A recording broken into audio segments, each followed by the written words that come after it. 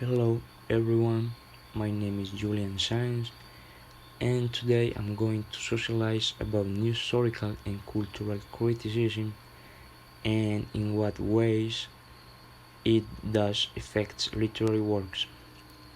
First, first, let's have a short talk about those critical theories. So, new historical criticism differs from traditional historical criticism. It differs in that traditional historicism believes history is linear and has a definable causal relationship between events, and that through objective analysis we can discern facts that expose the world view within any given culture, and that history is continually progressing and improving with time. On the other hand, new historical criticism deny those claims, and they maintain that history is a web of discourses and interpretation of complex, dynamic events and can be manipulated by those in power and ignorantly subjective. Also, that literary works or literary texts are cultural artifacts that can tell us something about the interplay of discourses, the web of social meanings operating in the time and place in which those texts were written. New historical critics also they seek to deny the master narratives, those that exclude plurality of voices and ignore the voices of marginalized and oppressed people. This approach also employs thick description which focuses on the personal side of history, and it says that it is not a search for facts but a search for meanings.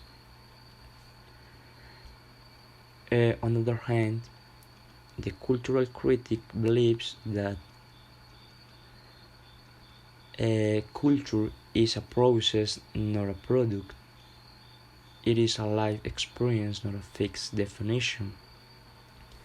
To be more precisely, a culture is a collection of interactive cultures, each of which is growing and changing, each of which is constituted at any given moment in time by the intersection of gender, race, ethnicity, sexual orientation, socioeconomic class, occupation, and so on, though similar factors that contribute to the experience of its members. Cultural critics analyze popular culture in all of its varied forms. In literature, they often look closely at the similarities and differences between the work and its adapted screenplay or movie. So now let's analyze some literary works or some works in terms of new historicism point of view.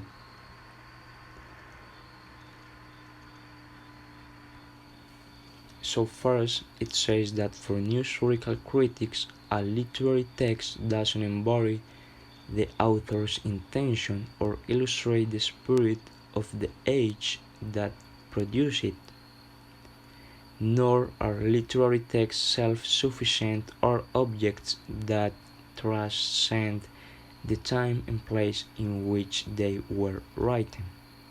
It means, for example, that in those works the artist doesn't represent the age in which they were made. Instead, he wants to interpret the different epochs of the time, in this case the past, and what do those people who are clearly a representation of the culture, Colombian culture in the past, mean and what they have done to be portrayed in works like those.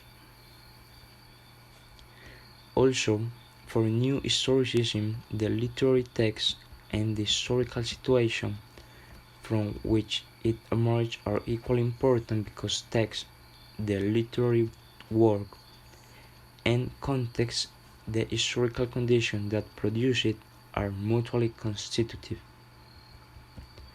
It says that they create each other, like the dynamic interplay between individual identity and society. Literary texts shape and are shaped by their historical context. Further, historians may believe they are being objective, but their own views of what is right and wrong, what is civilized and uncivilized, what is important and unimportant, and so on. Those things will strongly influence the ways in which they interpret events. For example, the authors of the first pic or of the first work, an indigenous woman could represent something cultural, an image that represents his history, and the events in the history indigenous people have passed through. And that is the reason why this work has been done in this way, influenced by individuals' interpretation of historical events. The same happens with the third image. Further, for new critics, our subjectivity is shaped by and shapes by the culture, is shapes by and shapes the culture into which we were born. For most new historicists, our individual identity is not merely a product of society, neither is it merely a product of our own individual will and desire. Instead, individual identity and its cultural milieu inhabit, reflect, and deny each other.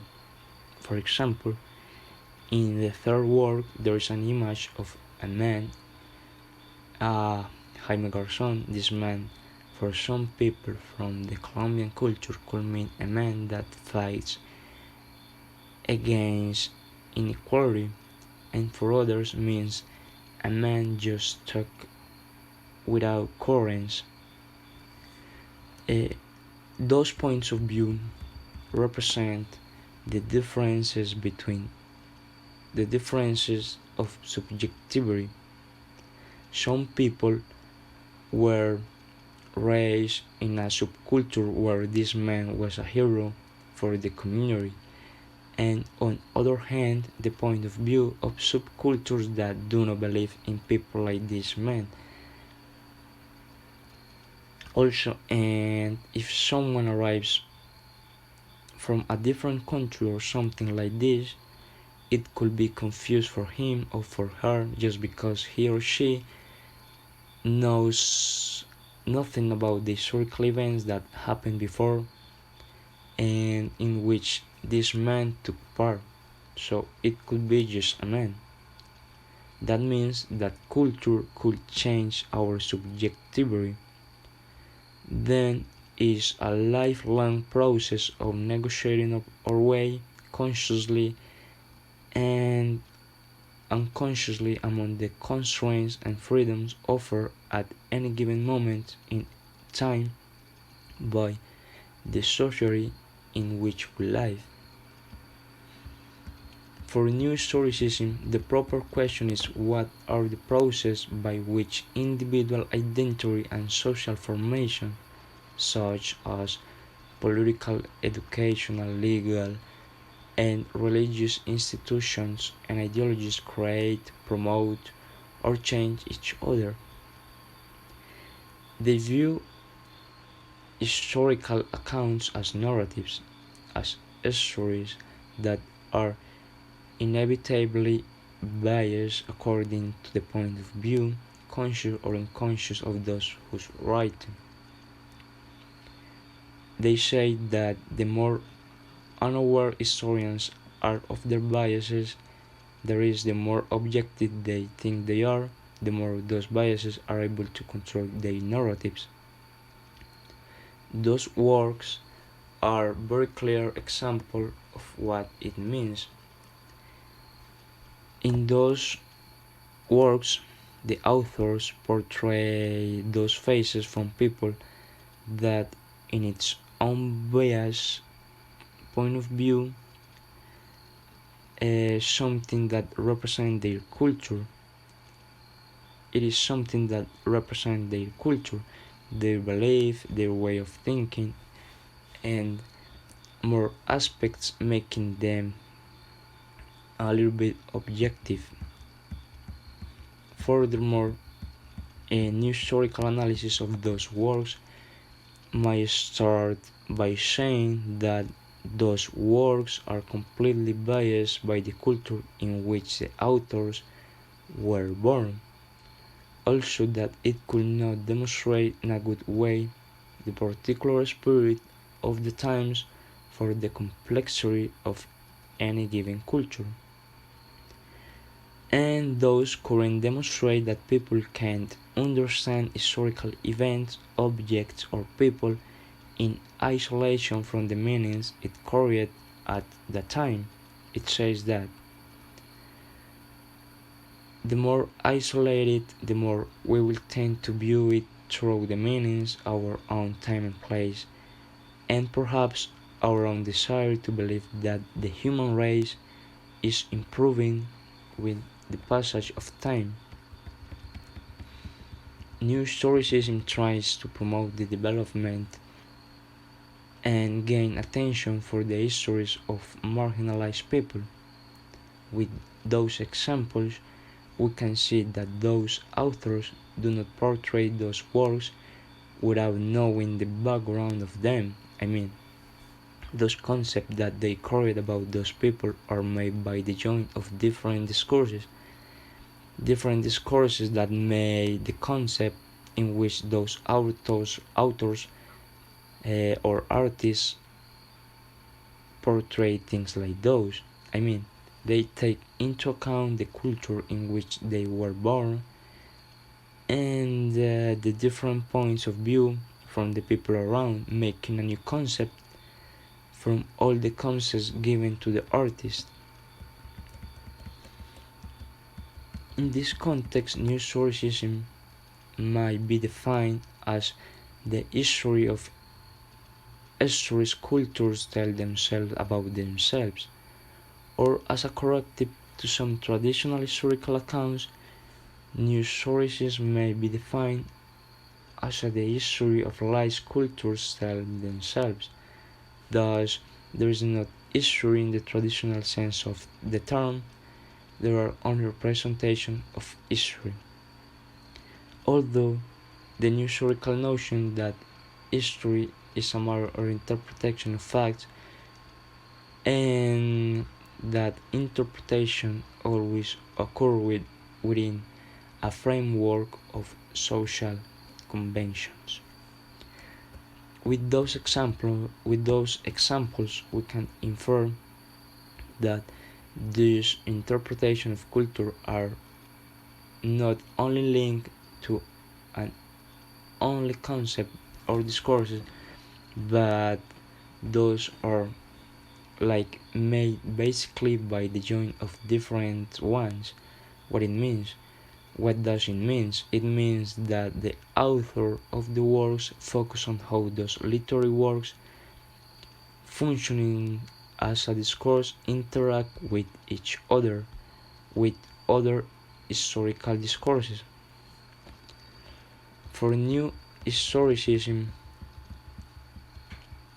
is concerned not with historical events as events, but with the ways in which events are interpreted, with historical discourses, with ways of saying the world, and modes of meaning. On the other hand, people can't really know exactly what happened at any given point in history, but they can know what the people involved believe happened, and we can interpret those interpretations.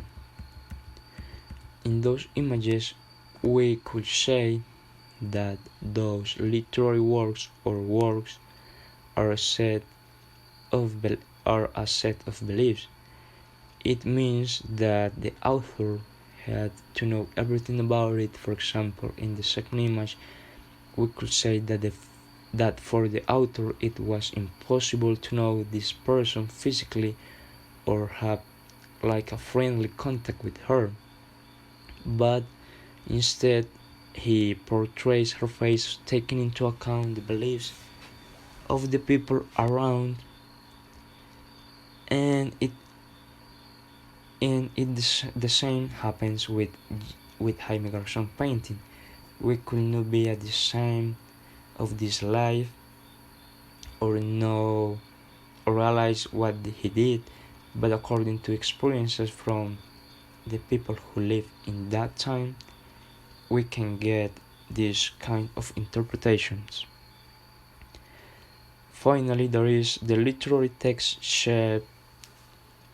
There is the literary shape and was shaped by the discourses circulating in the culture in which it was produced. Likewise, our interpretation of literature shape and are shaped by the culture in which we live.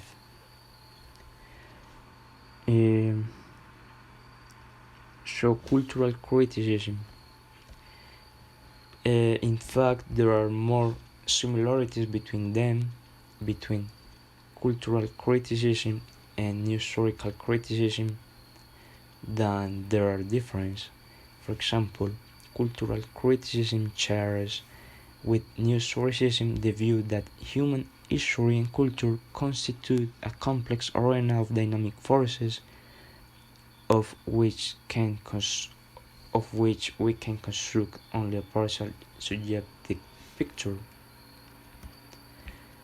Cultural criticism, in the narrower definition of the term, argues that working class culture has been misunderstood and undervalued. The dominant class dictates what forms of art are to be considered high culture, such as ballet, the opera, and the other fine arts. Instead, forms of popular culture such as television situation comedies, popular music, and pulp fiction have been relegated to the status of low culture. For cultural critics, however, there is no meaningful distinction between high and low forms of culture.